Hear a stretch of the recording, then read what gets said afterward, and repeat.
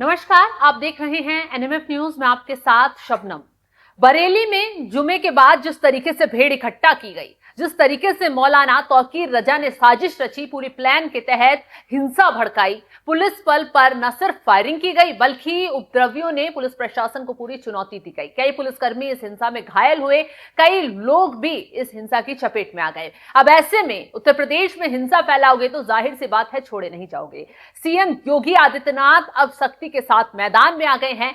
न सिर्फ मौलाना तौकीर रजा को चेतावनी दी गई, उन्हें गिरफ्तार किया गया, बल्कि जो मौलाना तौकीर रजा के ऐलान के बाद जो उपद्रवी इकट्ठा हुए, जिन्होंने बवाल किया बरेली में, जिन्होंने पूरे पुलिस प्रशासन को चुनौती देने का काम किया, उनकी धरपकड़ तेजी से की जा रही है। बड़ी खबर तो यह आ रही है कि मौलाना तौकीर रजा के साथियों को भी शिकंजा कसते हुए उन पर एफआईआर दर्ज की गई और ताबड़तोड़ तरीके से पूरी रात उनकी गिरफ्तारी हुई है, उन्हें जेल भेज दिया गया है। और इसी बीच जिस होटल में मौलाना तौकीर रजा छिपकर बैठा था, जिस होटल से पूरा खतरनाक खेल खेल रहा था साजिश वाले दिन, उस होटल को न सिर्फ सील कर दिया गया है बल्कि उस होटल के जो वहां उसके करीबी थे मौलाना के, उन पर भी शिकंजा कसा गया है। ग्राफिक्स आपको दिखाते हैं, पूरा मामला आपको बताते हैं। दरअसल हुआ यह है कि बरेली पुलिस ने मौलाना तौकीर रजा और उसके साथ साथियों समेत कुल 39 लोगों को गिरफ्तार कर लिया है। बरेली विकास प्राधिकरण और पुलिस ने तौकीर रजा के करीबी कॉलोनाइजर आरिफ का होटल और 2 लोन सील कर दिए हैं। हिंसा के दौरान पथराव, आगजनी, धार्मिक भावनाओं को भड़काने के मामले में 180 नामजद और 2500 अज्ञात लोगों के खिलाफ एफआईआर दर्ज हुई है। तौकीर रजा पर भीड़ इकट्ठा कर हिंसा भड़काने की साजिश रचने का आरोप लगा है। गिरफ्तार तौकीर रजा और उसके 7 सहयोगियों को अदालत ने 14 दिन की न्यायिक हिरासत में भेजा है।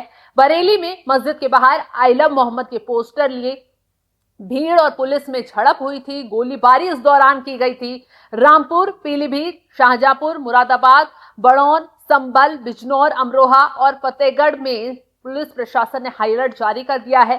खुलासा यह हुआ है कि सुनियोजित बवाल को अंजाम देने के लिए मौलाना तौकीर रजा के 77 करीबियों ने भीड़ जुटाई थी और यह बवाल इसको अंजाम दिया गया था।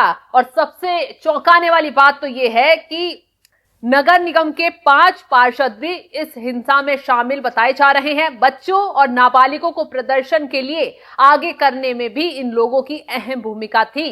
बवाल के दौरान ये सभी मौलाना तौकीर रजा के संपर्क में थे।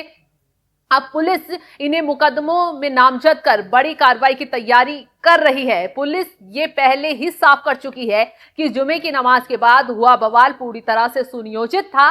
इसके लिए मौलाना तौकीर के इशारे पर कुछ खुराफाती शहर की फिजा खराब करने के लिए काम कर रहे थे।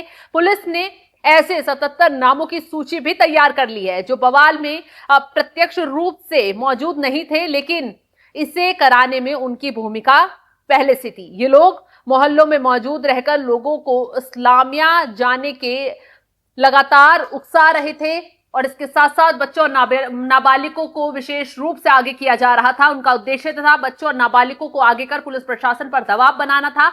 अगर अफसरों की सख्ती के बावजूद उनकी प्लानिंग जो है वो धराशाही हो गई। अब इन सभी को मुकदमों में नामजद कर कार्रवाई की तैयारी चल रही है। पुलिस के मुताबिक चिन्हित किए गए 77 खुफियातियों में 5 पार्षद भी शामिल हैं। ये बेहद चौंकाने वाला है। पार्षद होने के चलते वो क्षेत्र में अपने रसूख का इस्तेमाल कर लोगों को प्रदर्शन में जाने के लिए उकसा रहे थे। इसमें से आईएमसी के पार्षद भी बताए जा रहे हैं। अब पुलिस जो है एक एक को रडार पर ले रही है, गिरफ्तार कर रही है। और अब तो मौलाना के संपर्क में कौन लोग थे, कितने लोग थे, कैसे ये लोग इनके संपर्क में आए थे, कैसे साजिश रची गई थी, इसको लेकर जांच पड़ताल तो आगे कर दी गई है। व्हाट्सएप खंगाले जा रहे हैं, मौलाना की कॉल डिटेल देखी जा रही है। यानी अब मौलाना तौकीर रजा बुरी तरह फंस चुका है। आपको बता दें, मौलाना तौकीर रजा का जो इतिहास है हिंसा भड़काने का, जो इतिहास है भीड़ इकट्ठा कर बवाल करवाने का, वो बहुत पुराना है। आपको याद होगा इससे पहले हल्द्वानी में जब मजार तोड़ने पुलिस प्रशासन गया था उत्तराखंड में, तो कैसे वहां मुस्लिमों को भड़काया गया। एक टूलकिट गैंग के जरिए पुलिस प्रशासन को मुस्लिमों की जो गैंग थी उसने चुनौती दी। उसके बाद ये मौलाना इसी तरह बरेली में जुमे की नमाज के बाद ऐलान करता है कि भीड़ इकट्ठा होगी, गिरफ्तारी करो, जेल भरो, आंदोलन चलाऊंगा। और भीड़ इकट्ठा कर पुलिस प्रशासन को चुनौती दी गई मौलाना के जरिए। हालांकि उस मामले में भी योगी आदित्यनाथ और पुलिस ने सख्ती दिखाई थी, मौलाना के खिलाफ एक्शन लिया गया था, लेकिन बावजूद उसके इस मौलाना की हिमाकत बढ़ती चली गई और अब आई लव मोहम्मद वाले पोस्टर को जो लेकर विवाद चल रहा है, यूपी के कानपुर से इसका जिन निकला, अलग अलग जिलों में पहुंचा, लेकिन बरेली में जिस तरीके से इस विवाद को उकसाने पनपाने की कोशिश की गई वो बेहद खतरनाक लेवल पर थी। क्योंकि जैसे ही भीड़ इकट्ठा होती है, भीड़ के बीच में से गोली चलाई जाती है, भीड़ के बीच में से पथराव होता है, लाठी डंडों के साथ कुछ लोग मौजूद होते हैं, यानी कि ये इशारा करता है कि ये सब चीजें इकट्ठी होना ये पहले से तैयारी की गई थी, सुनियोजित थी। पूरा इस बवाल को कैसे अंजाम देना है, कैसे योगी आदित्यनाथ को निशाना बनाना है, कैसे पूरे प्रदेश को जलाना है। आपको याद होगा कि जब नेपाल में तख्ता पलट हुआ, जेनजी जो सरकार के खिलाफ खड़े हुए थे, जिन्हों की वजह से केपी शर्मा ओली को इस्तीफा देकर भागना पड़ा था, उसके बाद से भारत में लगातार कुछ चंद नेताओं के जरिए, कुछ साजिशकर्ताओं के जरिए इशारा लगातार यही दिया जा रहा था कि वो वक्त भी दूर नहीं है जब नेपाल भारत बन जाएगा। हालांकि उसका मुंहतोड़ जवाब भी दिया गया, लेकिन जिस तरीके से भारत के अलग अलग प्रदेशों में छोटी छोटी ये बवाल की घटनाएं सामने आ रही हैं, जिस तरीके से चंद लोग साजिशन युवाओं को भड़काकर माहौल खराब करने की कोशिश में लगे हैं, वो इसी और इशारा कर रहे हैं कि भारत में भी टूलकिट गैंग एक्टिव हो गया है और इसे नेपाल बनाने की साजिश की जा रही है। आपने लद्दाख देखा होगा कैसे सोनम वांगचुक एक आंदोलन के जरिए पूरी साजिश रचते हैं। तो आपको याद होगा कि कैसे गृह मंत्रालय की तरफ से सोनम वांगचुक के खिलाफ एक रिपोर्ट जारी की जाती है और क्या होता है लद्दाख में, आपने देखा भी होगा तस्वीरों में, सेना की गाड़ियों को निशाना बनाया जाता है, बीजेपी दफ्तर में आग लगा दी जाती है। मतलब युवाओं को भड़काकर आंदोलन के जरिए माहौल खराब करने की पूरी कोशिश की जाती है और उसका जिन फिर पहुंच जाता है उत्तराखंड।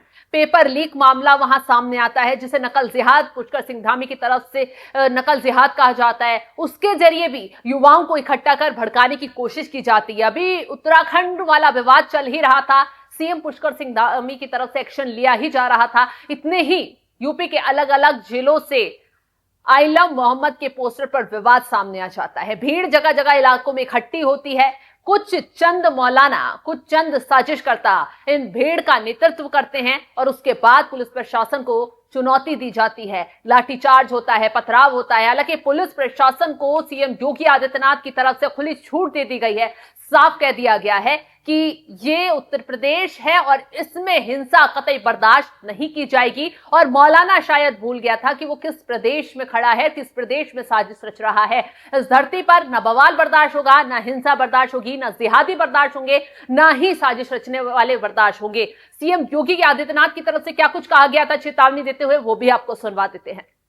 आपने देखा होगा जब भी पर्व और त्योहार आते थे उत्पात शुरू हो जाती थी।